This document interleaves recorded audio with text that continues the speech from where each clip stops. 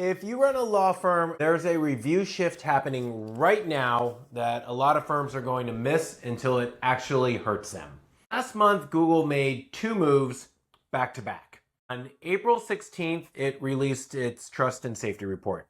And Google said that it blocked 292 million policy violating reviews in 2025. They removed 13 million fake business profiles, and they flagged roughly 22% of all Google Map reviews activity as violating their policies. Then on April 17th, Google quietly updated its review policy and got much more specific about what law firms should not be doing. That includes asking for reviews while a client is still in your office, using a review kiosk or a tablet at the front desk, setting staff review quotas, asking clients to mention a specific practice area or a service by name, and also don't do review gating anymore. If your law firm depends on Google visibility, this is not a random policy housekeeping issue. This is Google signaling where local search is going. And I think that signal is pretty clear. Google is evolving from a search engine into a decision engine. If it wants to recommend the best law firms, it needs cleaner review data than a lot of firms have been feeding it. So for years, many firms have treated reviews like a system to optimize, and we've been guilty of telling our clients to do it. And what Google is signaling now is that it cares much more about the quality and authenticity of the input, not just whether a review is blatantly fake. So whether the environment around it feels manipulated, whether the wording feels coached, whether the timing, the cadence, and the context suggested that the firm is manufacturing a review pattern instead of earning actual organic feedback from real clients. That matters more now because reviews are no longer just stars on a profile. It's really language data to Google. It's trust data that they are really looking for here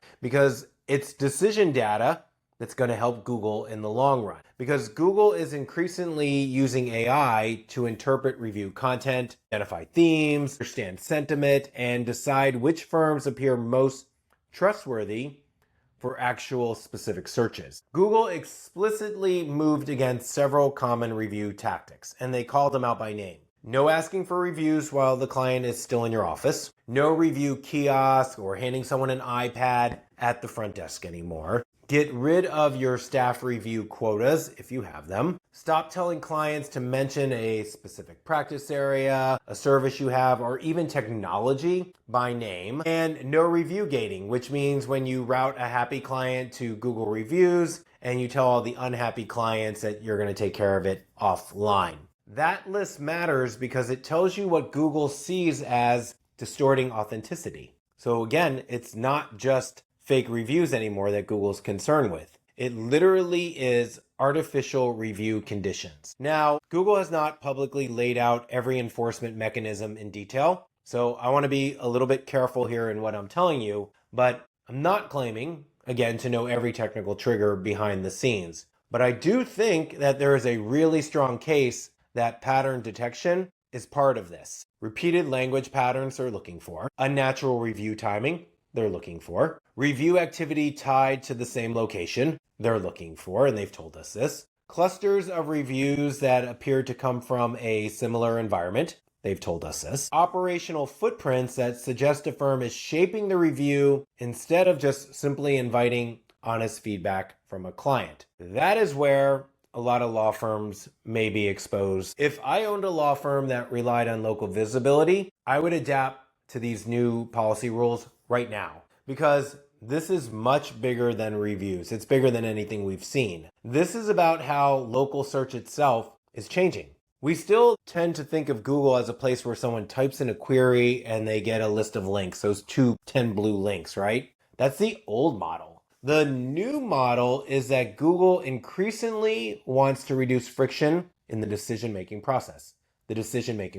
Right? It wants to summarize and it wants to recommend, different than what we've seen in the past. It wants to surface likely the best option for that user because the firms that win in that environment are not going to be the ones that got best at scripting reviews for their clients. They're going to be the ones that create genuinely review-worthy client experiences and make it easy for real clients to talk about those experiences in their own words. So the practical takeaway is actually, I think, really quite simple for attorneys. 1, stop trying to engineer the wording of reviews. 2, do not ask clients to mention a specific practice area. 3, don't feed your clients a template and ask them to write the review from it. 4, do not try to insert SEO language into client feedback. That just doesn't work anymore. And if a client naturally says those things, fine.